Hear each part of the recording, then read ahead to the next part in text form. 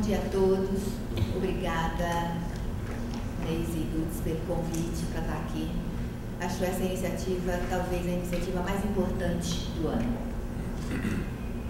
Se nós não entendermos direito a responsabilidade em constituir o campo da economia da dança, acho melhor a gente parar agora mesmo para a praia, vamos tomar alguma coisa, porque vai dar mais certo. Então é tão importante que talvez sejamos poucos o que já tenhamos entendido isso, e nós precisamos ser militantes dessa importância para que esse auditório esteja lotado no ano que vem. Eu escrevi aqui porque tem uma porção de dados, que claro que eu ia guardar na cabeça, porque eu já sou meio esclerosada, vocês sabem. Então, vou precisar ficar com o computador ligado para poder ler os dados.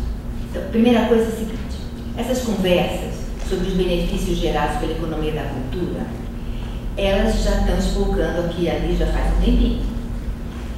Mas essa visibilidade não é uma visibilidade qualquer, porque são essas lógicas eleitas para fazer parte de um campo chamado economia da cultura que nos interessam para que a gente possa entender o que é a economia da dança, que está dentro dessa economia da cultura.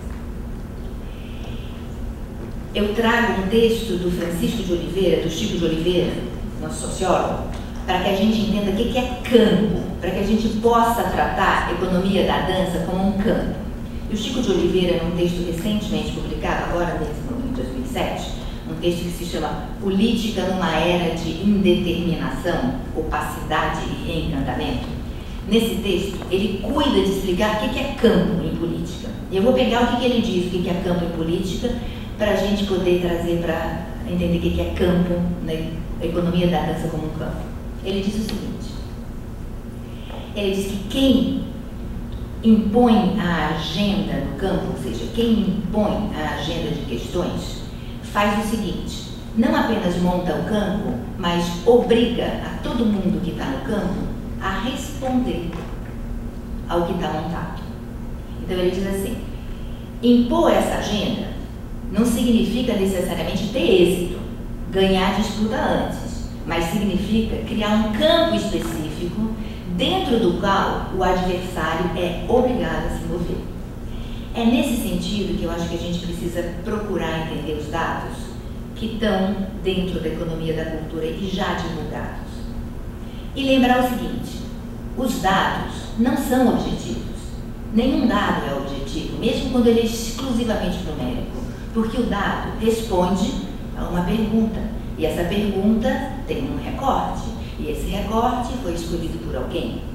Então, quando a gente entende tudo isso, os dados deixam de ser puramente objetivos, porque eles passam a ser operadores das questões que foram consideradas relevantes, operadores de uma agenda que está montando o campo. Mas para a gente chegar na economia da dança, a gente vai precisar passar antes por esse campo da economia da cultura, porque a economia da dança está nesse contexto.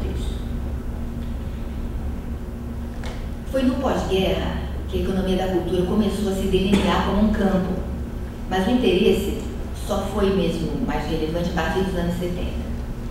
Na década de 90, sobretudo, é que ela passou a ser entendida como um vetor de desenvolvimento, ou seja, cultura como vetor de desenvolvimento. E então, a atrair a atenção de órgãos como o BID, a OEA, a Unesco, etc. O Brasil está nessa sintonia. Em 2006, o Ministério da Cultura conseguiu que o PRODEC, que é o Programa de Desenvolvimento da Economia da Cultura, tem um programa no Ministério da Cultura. Mas aí, em 2006, o MEC conseguiu que esse programa, que o PRODEC, passasse a fazer parte do Plano Plurianual do Governo Federal. Isso significou um orçamento próprio para a construção de indicadores, de estatísticas e de diagnósticos. O PRODEC, esse plano, ele abrange todos os segmentos artísticos: música, audiovisual, artes cênicas, artes visuais. Abrange telecomunicações e radiodifusão, produção de conteúdo para eles. Abrange editorial, livros e revistas, arte popular, artesanato, festas populares, patrimônio histórico, material e imaterial, que são as suas formas de utilização e difusão, software de lazer, design, moda, arquitetura e criação para propaganda. No dia 29 de novembro de 2006, o IBGE aqui perto, lançou a primeira sistematização de informações sobre a economia da cultura, que foi batizada de Sistema de Informações e Indicadores Culturais, SIIG. Essa base de dados era uma base de dados do ano anterior, era uma base de dados de 2003, porque o convênio foi feito em 2004, entre o MINC e o IBGE. Estava sendo desbravado então o campo, porque estava sendo feito esse primeiro, se chegaram alguns números. Os números surpreenderam. A cultura empregava 1.055.000 pessoas e estava em quarto lugar nos gastos das famílias brasileiras. Ocupava 4,4% dos orçamentos domésticos mensais. Ficava atrás apenas de habitação, alimentação e transporte. Esse convênio do MINC com o IBGE realizou uma segunda pesquisa, tentando ver qual era a presença da cultura nos 5.564 municípios brasileiros. Nessa pesquisa, se constatou que o investimento médio de um município brasileiro em cultura é 0,9% do seu orçamento total. A exceção é Recife. Dale, Roberta. Recife tem 2% do orçamento, que é a cifra que a Unesco considera a cifra necessária. Quem tem familiaridade com a área da cultura já vai começar a se perguntar quais são exatamente os produtos e serviços que têm essas cifras. E vai estender essa mesma preocupação para uma outra pesquisa, que é a pesquisa do Banco Mundial, que disse, os resultados são os seguintes: a economia da cultura é 7% do PIB mundial. Países como os Estados Unidos e Inglaterra, a cifra é maior ainda. Nos Estados Unidos, 7,7%, 4% da força de trabalho. Com um detalhe que vale a pena destacar: os produtos culturais, em 2003 nos Estados Unidos, foram o produto maior das exportações norte-americanas. No ano seguinte, em 2004, as produções culturais atingiram 8,2% do PIB na Inglaterra e empregaram 6,4% dos trabalhadores ingleses.